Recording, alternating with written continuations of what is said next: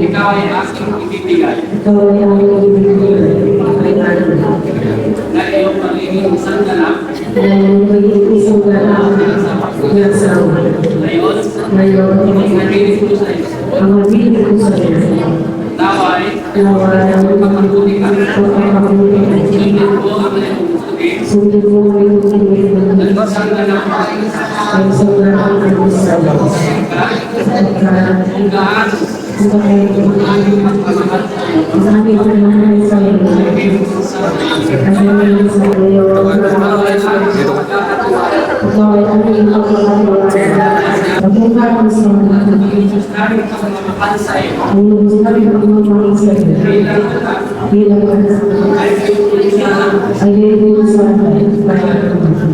dahil ikaw na ang magiging kasama niya. Ngayon, bukas, ang magpakailan. Sabihin ng ito aking mga magulang. Tinatanggap ko, mahal kong magulang. Tinatanggap ko, mahal kong magulang.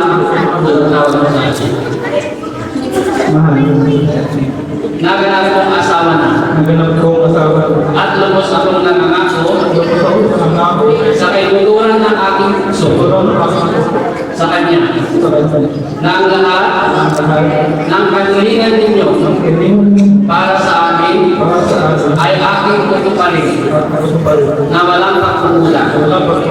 Gayon din na aking pinapangako na tatalikuran ko ang lahat ng bisyo na ikasisira ng aming pagsasamahan, pagmamahalan, at aluntunin bilang isang ganap na mag-asawa. Naway, ang Panginoong Diyos ay gagabayan, tutulungan, at babasbasan kami ng aking mahal na asawa nang walang hanggan, ngayon, bukas, at magpakailanman. Trabahan sa singan ng pag-isang pagpig ng dalawang puso na sila Arnold at Mario. Ang matrimonyo ay isang banal na bigayin na iniaral ng ating Panginoon. Ngunit ang tao ay sa halip na purihin at naligayin ito ay ginagawang biro at inaaring gawa lamang. Subalit ang ating Panginoong Kristo sa kauna-unahang kasal na naganap sa Galilea, ipinahayag niya ang kabanalan at kadakilaan nito. At ito ang nagsisilbing aral at buwaran sa lahat na nilalang kaya't sino man na nakatakdang tumanggap ng matrimonyo ito na walang takot ay walang pananampalataya sa Diyos, karapat-dapat sa adhikain ito. Ang mga puso at kalooban na tanggapin ang matrimonyo sakramento, wala kayang sakabal sa pagtanggap ninyo sa sakramento matrimonyo. Ito ba ay taon sa inyong mga puso ang inyong pagpapakasal? Ikaw, magaling, wala bang natakot sa iyo? O kaya ay namili upang pakasalan si Arnold? Ikaw naman, Arnold, wala bang tututol sa pagharap mo sa babaeng ito na si Rodaline sa harap ng lambana? Maaari kaya ninyong isumpa ang kawakasan ng pagtanggap ninyo itong banal na sakramento mansimonyo. Itaas ninyo ang kanang kamay sumunod kay sa akin. O Panginoon, sa tiwid, na taos sa aking puso, na walang makakakigil, kung kaya sa kabal, sa aming pagkakalap itong sakramento magpilinan.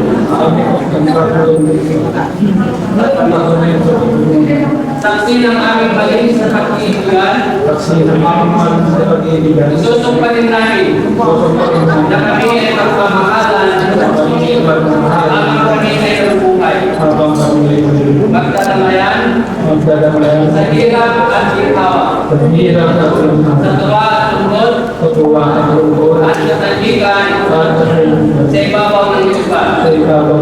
Kaya tinihiling namin o Panginoon, nakain mo kami sa landas ng aming tatahakin upang kami makapabuhay na alinsunod sa iyong kagustuhan at ilan mo rin po kami sa kasunang tulong at sa masasang kapalaran upang kami makapabuhay ng kasilayakan at kasaganaan.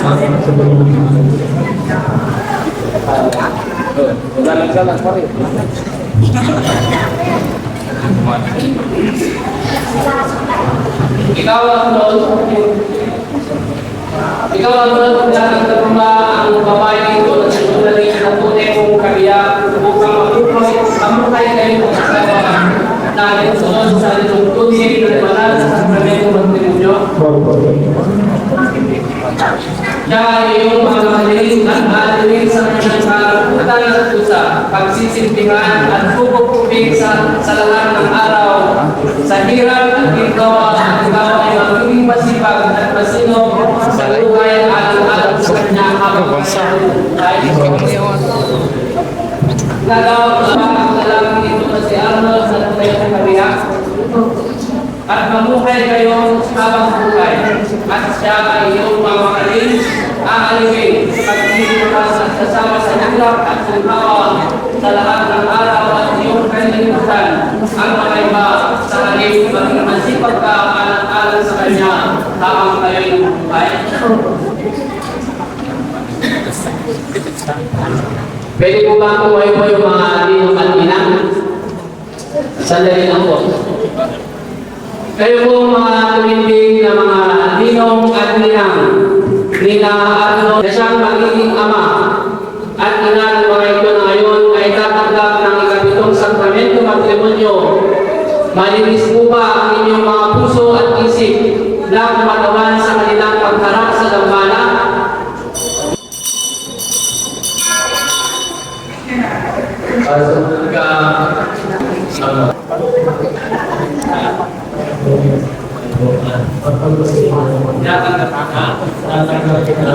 Bilang tunay na asawa. Ngayon, sa araw, hanggang sa araw ng iwanan, ikaw ay aking mamahalin, aalipin, maglilingkuran, at nadamayan sa hirap at ginhawa.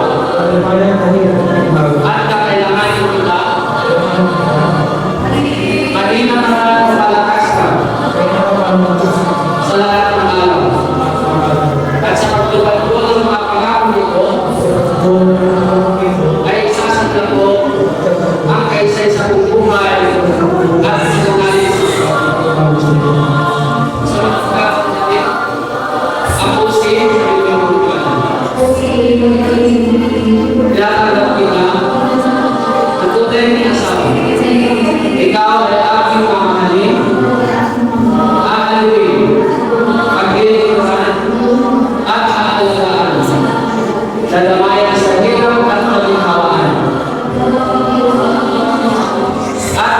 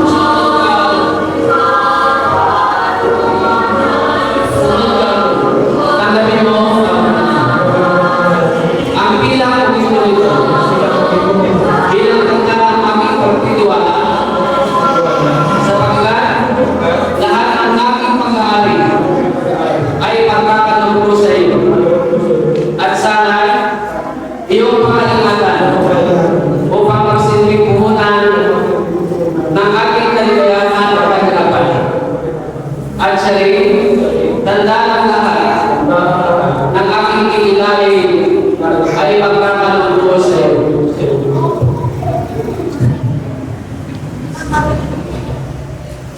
Sumunod ka, Daddy.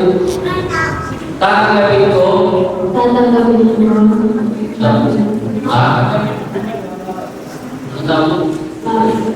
Ang bilang o gintong ito na malinis sa aking puso at pag-isip at aking sisiyukin bilang tanda ng aking pag-asa sa buhay at pagkakayanan ko upang gawin ko ng magsilbi sa kagustuhan at kabutihan nating dalawa.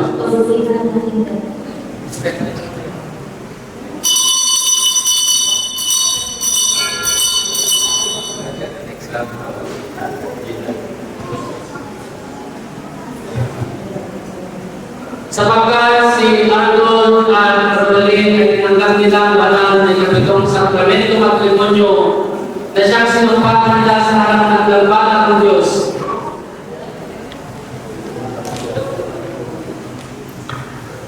At sa kanilang mga saksi at alinsunod sa kanilang malayang pag-isip at sariling kagustuhan, nangako sila sa pamamagitan ng kanilang salita at sa kanilang paniniwala na siyang nagbugdod sa kanilang dalawa sa pamamagitan ng pagdadawat ng kanilang mga kalan. Ipinapahayag ko ngayon sa banda at sa buong mundo na sila ay mag-asawa na sa ngalan ng Diyos Ama, Diyos Ina, Diyos Anak at ng Diyos Espiritu Santo. Ang dalawang pinagbugdod sa harapan ng Diyos ay walang sinumang tao na maaaring iwalas at paghiwalay sa kanilang dalawa maliban sa kamatayan. Ang Diyos Ama, Ina, Anak at Espiritu Santo ang siyang babastas sa inyong dalawa, pagtataguyod at pangangalaga sa inyong dalawa. Ang aking Panginoong Diyos na baway sana'y iligap niya ang kanyang mga mata at punuin kayo ng banal na basbas, pag-ibig, kabayaan at sila, makaminsan ninyo ang buhay na walang hanggan. Siya naman.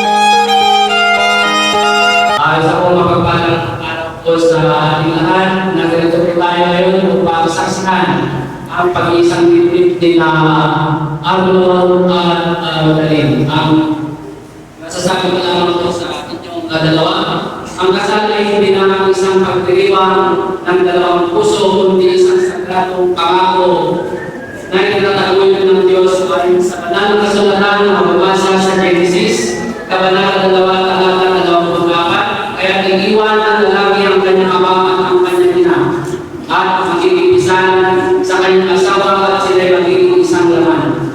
Ito ang patunay ng pag-ibigan ng mga mag-asawa ay dapat na matibay, buong puso at batay sa respeto at pag-aalaga. Saan po na may asawa na? Tulad po pa ang asawa natin kila Arnold at Rodelin. Ano po ba yung pundasyon po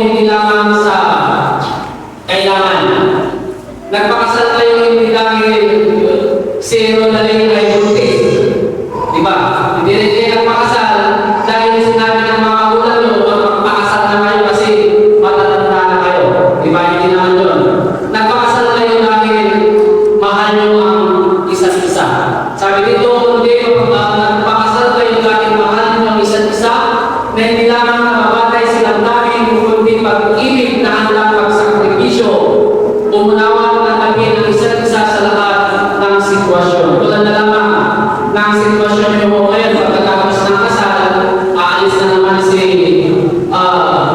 Arnold. Kaya kailangan na magkaroon kayo. Sabi nga dito, kaya pag-ibig na totoo ay walang sapat na dahilan. Nag-iibigan kayo dahil nakikita ninyo ang inyong kinabukasan na pagmamahalan kayo habang kayo ay nabubuhay o hanggang sa kayo ay tumanda o napagay na. At kakibat nito yung pagmamahal, yung pag-ibig, kailangan kayo meron yung pangalawang pundasyon na dapat natin mataglayin bilang isang mag-asawa. Sapagkat kung pag-ibig lang yung pundasyon natin sa pagmamahalan o yung pagsasama ng isang mag-asawa, dapat kailangan din yung pangalawang pundasyon. Ano to? Ano po yung natin na pundasyon? Maliban sa pag-ibig o pagmamahalan, ano po yung pangalawang pundasyon po natin? Upang maging matibay, upang maging maganda yung pagsasama ng isang mag-asawa. Tiwala po. Dapat meron po tayo hindi lamang pagmamahal, pag-ibig, kundi kailangan din po natin ng pagtitiwala at komunikasyon sa bawat isa. Lalo na sa inyong kalagayan ngayon, pagkatapos ng kasal, ilang araw lang aalis na yung isa. Pupunta na sa ibang bansa. Sabi nga dito, tiwala at komunikasyon. Ang tiwala ay hindi nabubuo sa isang ilang lamang. Itinatayo ito ng maliit o maliliit na gawin at desisyon sa araw-araw. Kaya maging tapat sa isa't isa sa mga maliliit na bagay man o mahalagang desisyon. Huwag ninyong itago ang katotohanan sapagkat ang pagtitiwala na masira ay mahirap nang ibalik. Tulad na lamang ng isang bagay. Tulad nito, kung nabasag ito, kaya mo po bang ibalik? Pwede po kasi magpigit-pigitin, hindi po ba? Ngunit, meron po siyang mga lamat. Kaya kung nasira yung pagtitiwala, kahit may pagmamahal, mahirap nang ibalik. Kaya yun po yung kakailangan natin. Kung may pagmamahal tayo, dapat may kasamang pagtitiwala. Kaya din po yung komunikasyon. Sabi na dito, mahalagang palaging pag-usap ng mag-asawa ng bukas at tapat.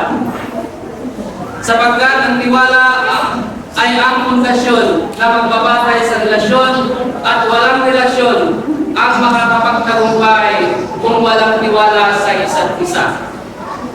Hindi natin minsan meron tayong pagmamahal. At kung minsan din, meron yung dahil sa pagmamahal, sa sobrang pagmamahal ninyo, nawawala yung tiwala. Kapag nawala yung tiwala, kailangan mawawala yung respeto at pagmamahal ninyo sa isa't isa. Kaya kailangan yung pag-ibig at tiwala ngayon na rin yung komunikasyon. Hindi ibig sabihin na kung nag-usap kayo, nag-away kayo, naingay, hindi Ilocano. Makawag kaya ako Ilocano. Naman minsan kami hanya mag-adadingay, aso puso nga po na tayo. Dapat di kayo sa bunganga di may sa. Dapat kumahigit di may sa. Kasi ang bangayan kayo maduwa. Kung magbabangayan kayo parehas kayo mainit. Sasabog po yan, di ba? Kaya kailangan ang komunikasyon at tiwala. Pag-usapan yung mabuti, lalo na sabi dito na magiging bukas kayo sa isa't isa. Dito, kapag may pagtatalo, pag-usapan ninyo ito na may respeto. Agapa kayo man kagagamay, iti may isang agasawa nga agapa. Kasi awan iti apa naman minsan, awan di ice cream na. Awan di ice cream na, talaga nga sabong, di po ba? Kaya kung nanatoy, kapag may pagtatalo, pag-usapan ninyo ito na may respeto. Kasi hindi ngay, at amoy ni nanang sa itatagyo. At dapat tayo kinininong ni mabalik yung asigkan nila. Pagtawanan, ihangan na yung pera at sumawat kayo kanyo. So ngayon kalay kita. Kaya kinuha niyo po silang mga ninong at ninang.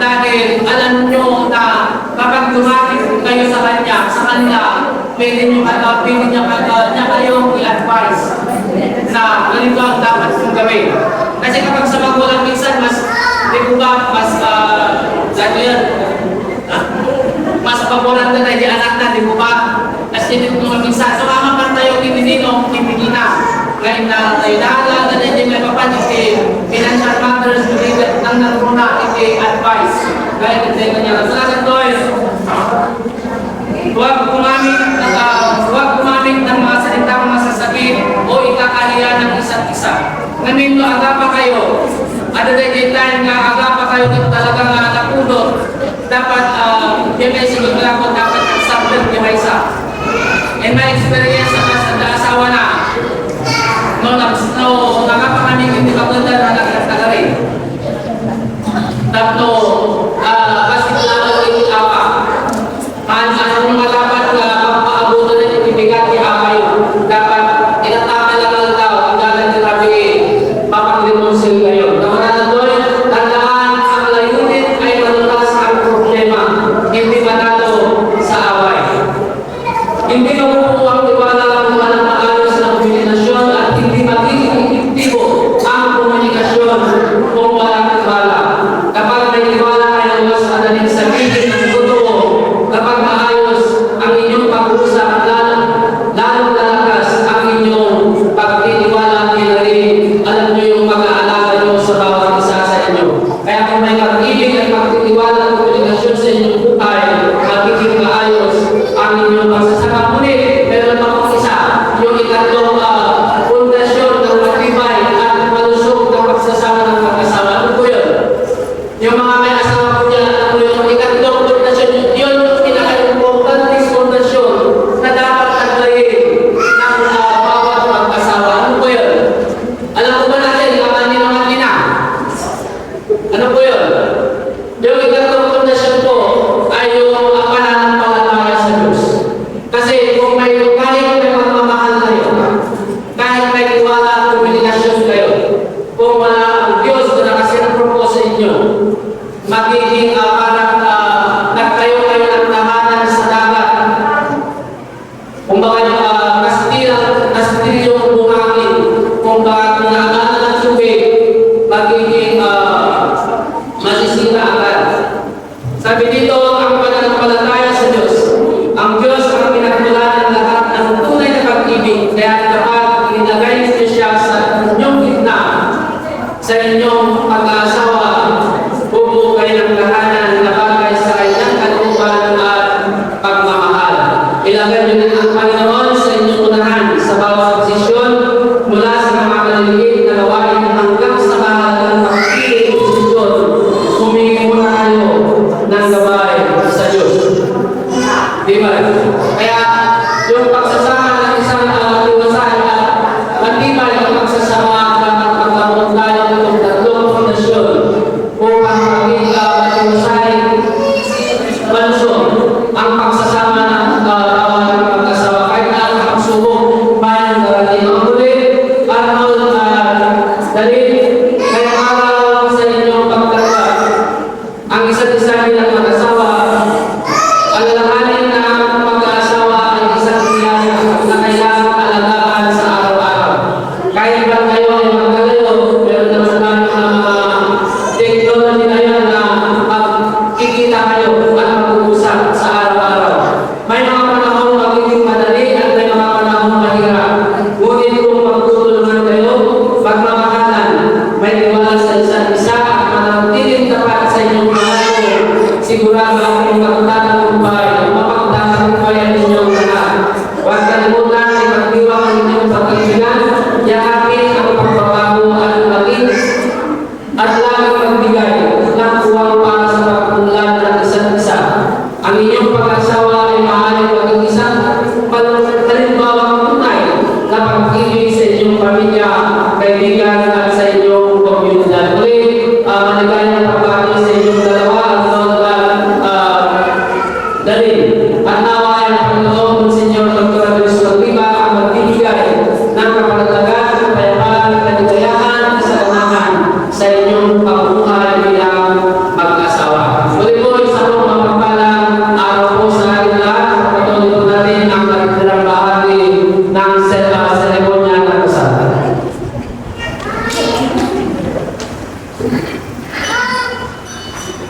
namin sa iyong paglalakatay sa mundo kami at sa iyong kagbiran.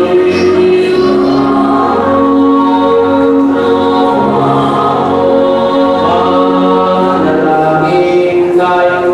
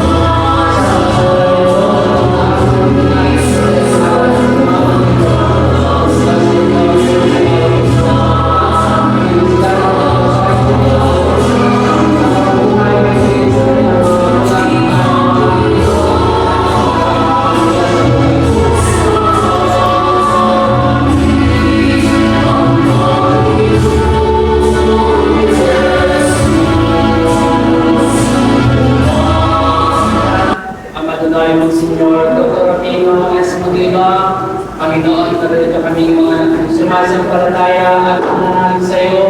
Kaya Panginoon, sa mga tumanggap ng sakramento at matrimonyo, na Arnold at Rodarin, Panginoon, pagkalugod ko sila ng nagasay at malusog na pamumuhay, kaya din sa kanilang mga magulat at mga ninong at ninang, naway ang iyong mahal at ang misyon ng ikaw mo sa kanila ngayon at magpakailanman.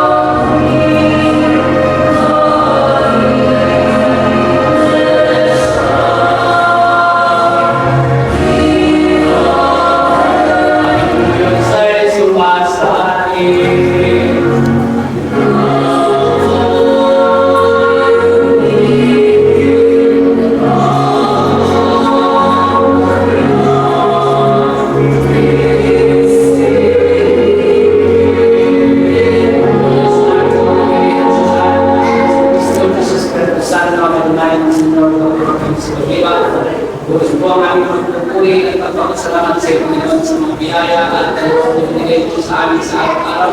Lalo-lalo na Panginoon sa pagtanggap ng mga anak nito na sila Arnold at dahil sa sakramento matrimonyo. Naway, Panginoon, maging banal na pagbabasbas at pagibay ang inyong mga sa mga nakaturo at maging husay at mamayapa ang kanilang pagsasama. Bastos ang ulit Panginoon ng kanilang mga magulang, kanilang mga hinang nalupinan at lahat ng mga mahal sa buhay. Basbasan kami, Panginoon, ngayon at magpakailan sa araw ng isama. Isinalisan natin ang Diyos Espiritu Santo siya naman.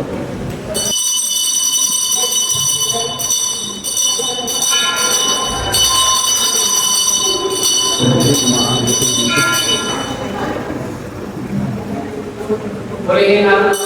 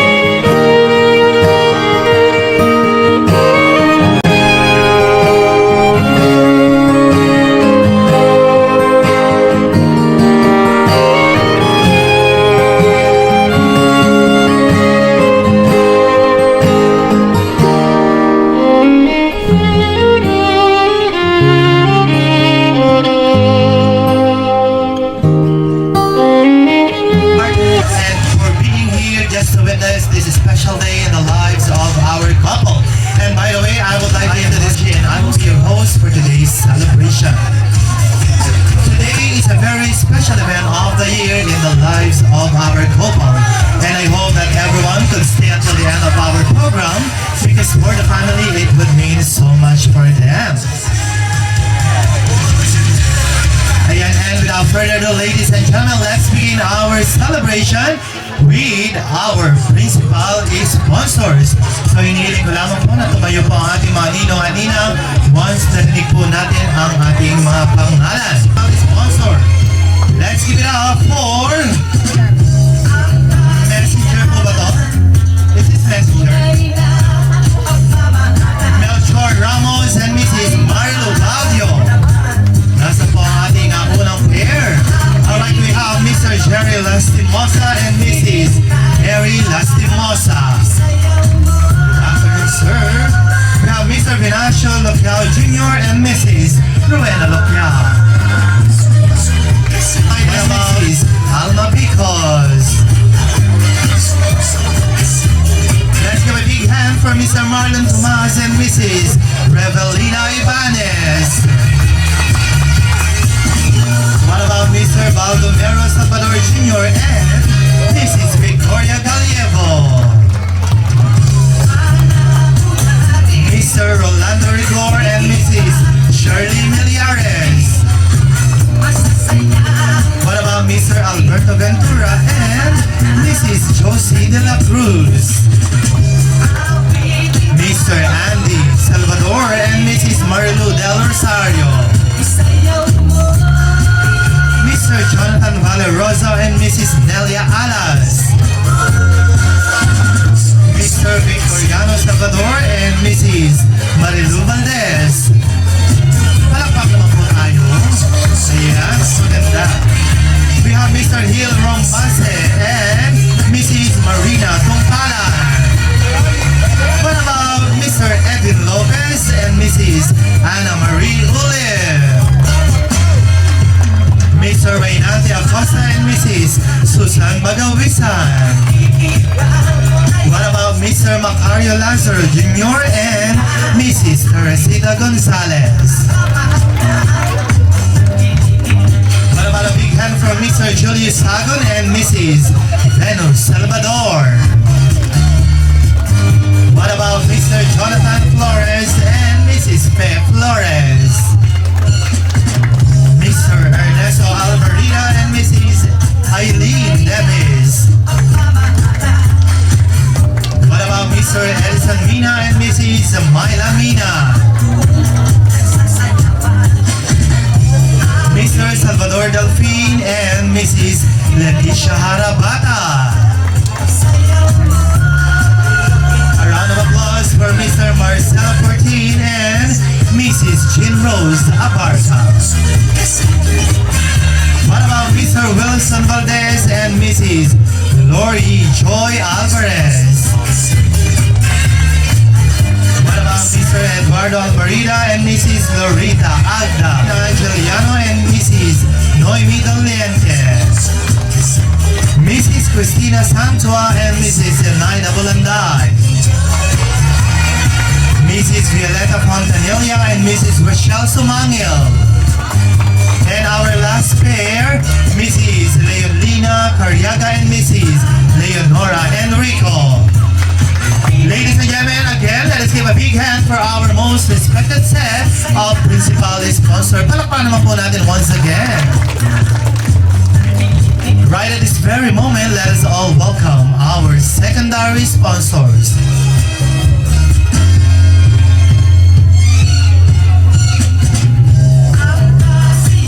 Ladies and gentlemen, let us all welcome our best man, Mr. Raymond Sumangil and our maid of honor, Miss Judith Ronquillo. Palakpakan naman po natin ang ating best man. Our bridesmaid and groomsmen, at ang ating mga secondary sponsor. Next, we have Mr. Joshua Mendoza, Mr. Noel Mahinay, and Miss Chloe. Ayan na, syempre po, ina-acknowledge po natin ang ating little bride, Aliyah Ann Garievo. Ring bearers, Mrs. Anselmo Garievo. Palakpakan na po tayo for our dear parents.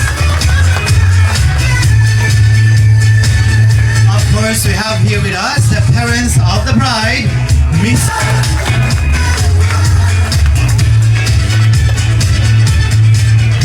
Palakpakan naman po tayo hanggang makarating po sila sa kanilang... Once again, ladies and gentlemen, a big round of applause for Rodaline and Arnold. Heavenly Father, we gather here today to celebrate the union of Arnold and Rodaline. We thank you for bringing them together in love, for guiding their hearts toward one another, and for blessing their journey to this sacred moment. Grant them the grace to love deeply and selflessly, to communicate with honestly and kindness, and to support each other through every season of life, and resolve and faith in you. May they find joy in the little things, strength in times of challenge, and a peace in each other's embrace. Watch over their marriage, protect them from harm, and fill their lives with laughter, companionship, and endless love. May their union be a light to those around them, reflecting your perfect love for all of us. In your holy name we pray. Amen. In the name of the Father, and of the Son, and of the Holy Spirit. Amen. Alright, kung mahal po natin, itaas po natin ang ating kanang kamay at tayo po'y manunumpa. And repeat after me. Ako po si... Pakistate po ang ating mga pangalan. Ay taos pusong nangangako natatapusin ko ang programa ngayong araw na ito bago umalis at pagkatapos kumain. So, alright, maraming salamat po sa inyong lahat. Panginoon, basbasan mo pang mga anak mong ito na tumanggap ng sakramento, matrimonyo na sina Arnold at Rodaline, naway pagpalain mo sila, 10 ng kanilang mga mahal sa buhay. Basbasan mo rin, Panginoon, ang mga pagkain na kaahin, naway maging malusog at malakas ang aming pangatawan. Basbasan mo kaming lahat, Panginoon, ngayon at pagpakailanman sa ngalan ng Diyos Ama, Diyos Ina, Diyos Anak, at ng Diyos Espiritu Santo siya naman. Alright, so maraming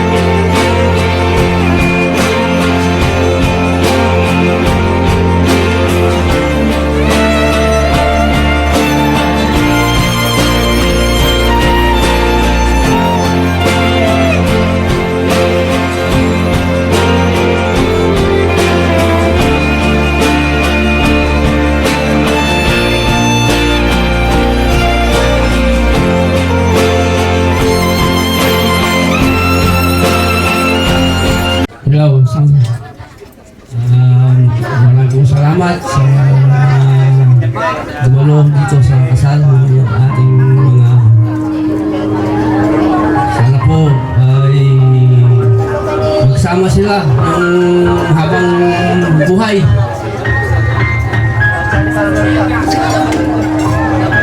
Pag-ingatan ang mga pundar o ano, pagpatuloy ang buhay na walang hanggan. Maraming pong salamat.